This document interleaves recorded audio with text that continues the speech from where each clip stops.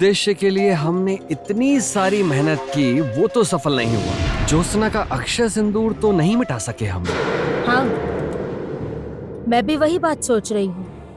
ज्योत्सना के सिर से वो अक्षय सिंदूर को मिटाना इतना सहज कार्य नहीं है, ये मैं अच्छी तरह समझ गई हूँ। तो अब हमें कुछ बड़ा करना होगा, कुछ और बड़ा, जिससे महाशक्ति उद्धार करने से उन्हें रोका जा सके। किंतु माँ, ज्योत्सना महाशक्ति उद्धार ना करके घर में क्यों बैठी है? विवाह के बाद क्या वो अपने जीवन के असल उद्देश्य को ही भूल गई है? नहीं लक्ष्मी, अपने जीवन के उद्देश्य को भूल जाने वाली लड़की ज्योत्सना नहीं है। महाशक्ति के उद्धार का कोई न कोई उपाय वो निश्चय ही ढूंढ रही होगी। सुना नहीं, नदी किनारे ज्योत्सना कह रही थी कि किसी एक रहस्य के बारे। मैं ईश्वर से बार बार यही प्रार्थना कर रही हूँ। मेरा मन जो कह रहा है भगवान करे वही सत्य हो। माँ दुर्गा ने मुझे जो समझाना चाहा था उसे मैं सही से समझ पाई हूँ, तो फिर महाशक्ति को प्राप्त करने के उद्देश्य में हमारा पथ और सुगम हो जाएगा। तुम ठीक कह रही हो कामिनी। मैं जब तारा के रूप में मंत्रणा कक्ष में लौट कर गया, वहां जाकर देखा, वहां पता नहीं कैसी पुस्तक लेकर बातचीत कर रहा था कोई। पुस्तक? कैसी पुस्तक? कैसी पुस्तक? असल में ये तो नहीं बता पाऊंगा। मंदिर जाने की हड़बड़ी के कारण नाम तो मैंने ठीक से देखा नहीं, तो नाम तो ठीक से याद नहीं है, किंतु पुस्तक देखने में कैसी थी मैं तुम्हें वो बता सकता हूँ। कैसी थी देखने में? कैसी थी देखने में? पुस्तक थोड़ी मोटी और इस तरह के आकार में, दोनों ओर हरे रंग के सांप का चित्र, वहीं पास ही सांप का बीच में एक चौकोर जगह थी।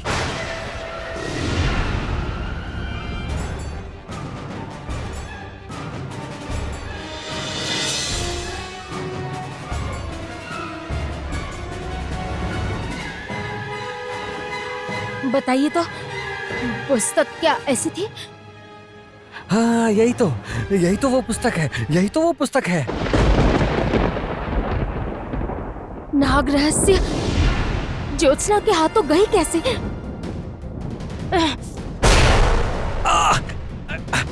कामिनी,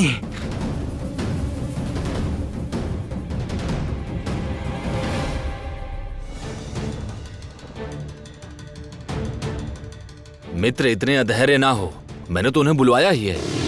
आप समझ नहीं पा रहे हैं महाराज, ये एक अत्यंत आवश्यक विषय है, केवल उर्मी के लिए ही नहीं बल्कि मेरे लिए भी। समझ पा रहा हूँ मित्र, ये लोग अब तक क्यों नहीं आए क्या पता। इतनी देर होने की तो कोई बात नहीं थी। एक काम करते हैं महाराज, मैं और आप दोनों चलते हैं, देखते हैं वो लोग कहाँ हैं।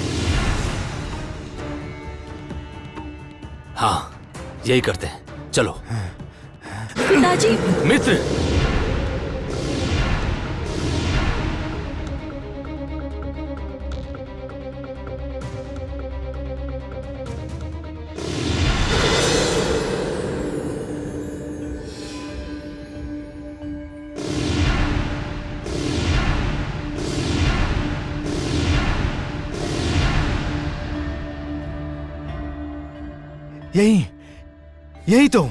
यही बात बताने आया था मैं। पिताजी, ये क्या हो रहा है? पद्मिनी ने इस गले की चाबी अपने गले के हार में रखी थी, और यह हार तुम्हें दिया गया था ताकि समय आने पर तुम इस रहस्य का संधान कर सको। इस हार को पुस्तक से सटाते ही खुल जाएगा नाग रहस्य।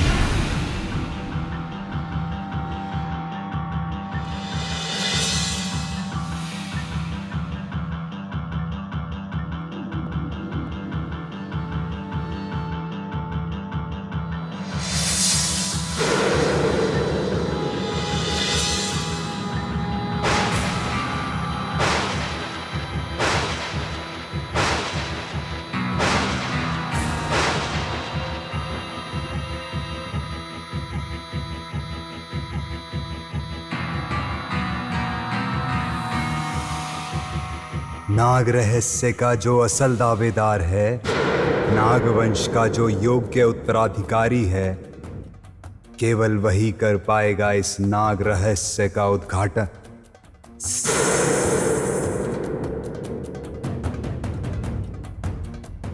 आज से ये पुस्तक तुम्हारी हुई और इसकी रक्षा करना तुम्हारा कर्तव्य है।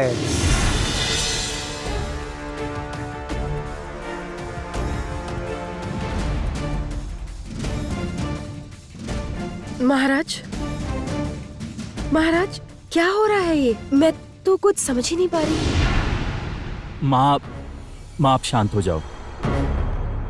असल में ज्योत्सना सांपों की भाषा अच्छे से समझती है। उसे जो समझना था समझ गई। अब मैं समझ गई हूँ माँ मुझे क्या इंगित करना चाहती थी। उर्मी, तुम पुस्तक को शीघ्र खोलो। मैं जानना चाहता हूं कि पुस्तक में क्या लिखा है। कामिनी, कामिनी, कामिनी शांत हो जाओ। कामिनी, कामिनी शांत हो जाओ। एक सामान्य पुस्तक के लिए इतनी क्रोधित क्यों हो? साधारण पुस्तक नहीं है वो मंत्री महाशय, वो नाग रहस्य है। वो पुस्तक रहस्य से भरी है। नाग राज्य के अनेक अनजाने तथ्य, अनेक अनजाने संधान है उस पुस्तक में। क्या कह रही हो तुम कामिनी? सही कह रही हूँ। मैं अनेक वर्षों से वो पुस्तक पाने की कोशिश कर रही हूँ। वो पुस्तक पद्मिनी के पास थी, ये जानने के बाद मैंने बहुत बार उस पुस्तक को अपने हाथों में लेने की चेष्टा की, लेकिन प्रत्येक बार मेरी सारी चेष्टा विफल हो गई। अभी वो पुस्तक ज्योत्सना के हाथ में है, किंतु नाग रहस्य तो नाग राज्य की रानी के पास होनी चाहिए, मेरे पास होनी चाहिए। तो फिर वो पुस्तक ज्योत्सना के पास क्या कर रही है? किंतु कामिनी, इस बार मुझे दूसरी आशंका हो रही। कैसी आशंका? नागवंश के रहस्य में ही महाशक्ति उद्धार करने का रास्ता छिपा होगा, और वही पुस्तक यदि ज्योत्सना के पास है तब तो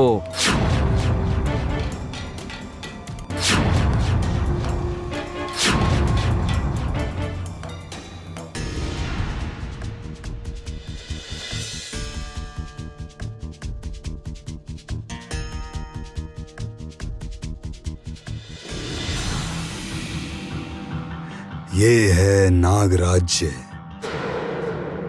संसार के सभी नागों का असल रहने का स्थान। और इस नाग राज्य पर शासन करते हैं कृष्ण नाग राज्य के नाग।